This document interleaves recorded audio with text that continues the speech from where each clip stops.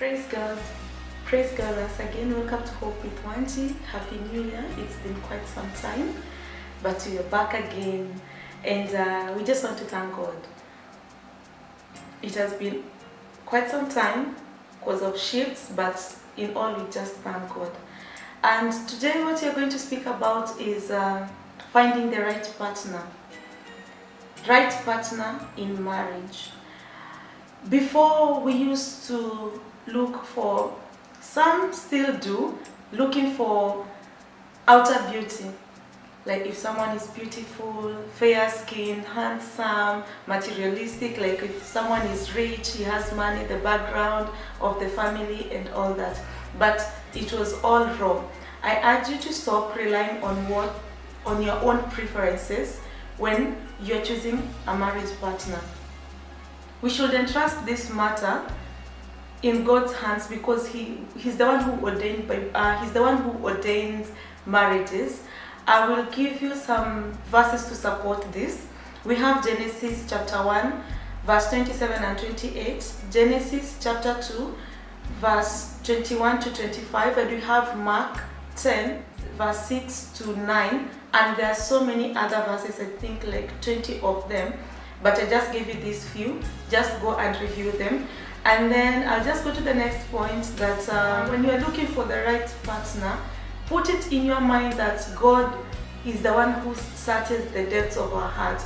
It is God who knows our hearts better than even, for me I can only know your outer parts, I can only know out of your views or what you speak about, but inside your heart I cannot understand.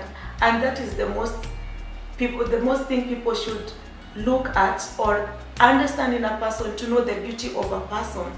So I'll give you some verses that speak that it's only God who knows our heart and the depths of our heart. We have 1 Kings chapter 8 verse 39. We have 1 Samuel chapter 16 verse 7. We have 1 Chronicles 28 verse 9. Psalms chapter 24 verse 21, and we have Proverbs 21:2 and Matthew 9:4. All these verses help us to understand how God knows the depths of our hearts. And another thing, as I'm speaking from a Christian perspective, which I'm not against any religion and I'm not for any religion, because religion is not going to take us to heaven. God is for all and Jesus died for all of us.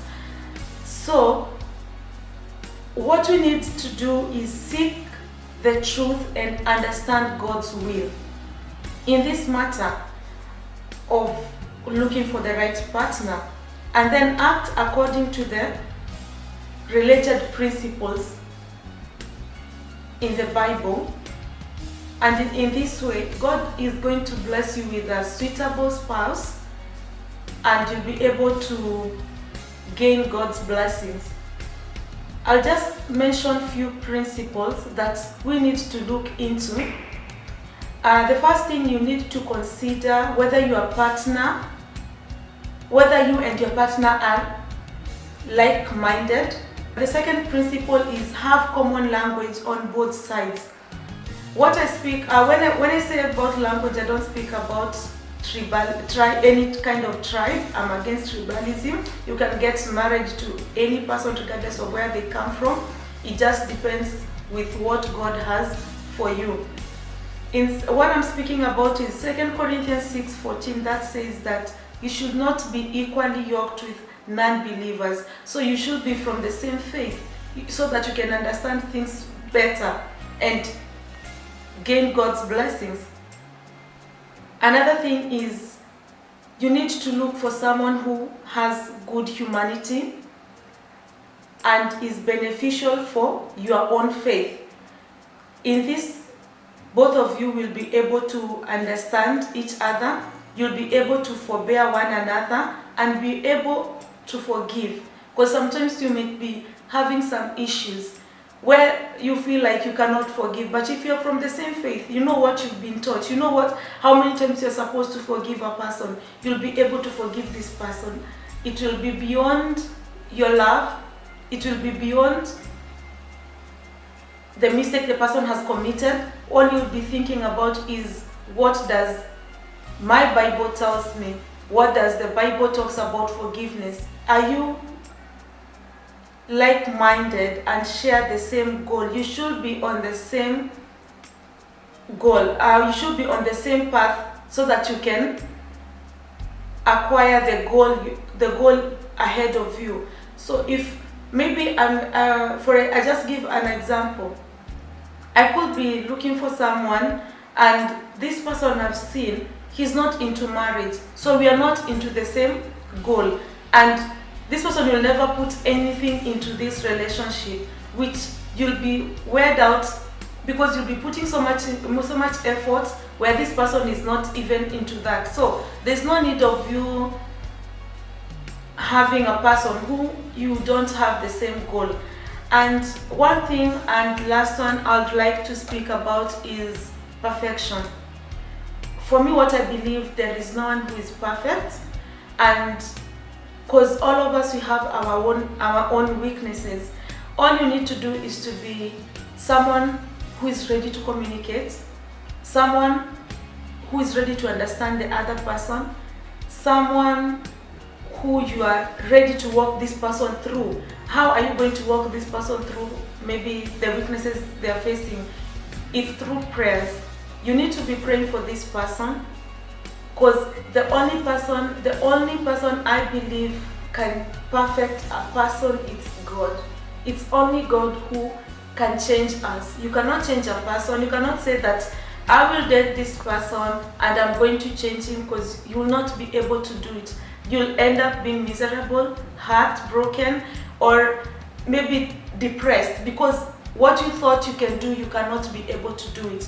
Remember, it's only God who can perfect your marriage, change the person you want to marry, and with that, your marriage life will just be beautiful, because marriage is beautiful. From testimonies of close friends, those are married, they always say that marriage is beautiful, and yes, I can say it's beautiful, though I've never been married. So just get to know that you can make it, you can find the right person through prayers, letting God know what your intentions are, what you really want in life, and He knows already, yes, but He wants you to proclaim it. I'm ready. That is the time that God is ready to bless you. It depends on how ready we are, and that moment God will bless you with the right person. I wish you a blessed day and have fun. Subscribe to my page. Invite many people, share with so many singles so that they can understand it. Those who are of age to get married. And I just want to remind you, for those who have been asking about speaking to the married couples, soon we are going to have guests who are married, so that they can be speaking to you guys regarding challenges people face in marriage and how to overcome them. I've not forgotten about that. And as well, challenges faced by couples who are married but have distance relationship, especially those who work outside the country. We are going to have guests as well who will be talking to us about how to overcome such challenges, because we have so many people, whenever they have distance relationship, they forget about their loved ones who they left back home. So we are going to speak on how people can help each other, on how to maintain a distance relationship with your family back home. And another thing that you're going to speak about is challenges faced by singles. So we are going to have guests, those who are newly married, so that they can talk to us on how they overcame, how the relationship was until they got married. As the moment as you wait, God bless you as we look forward to that.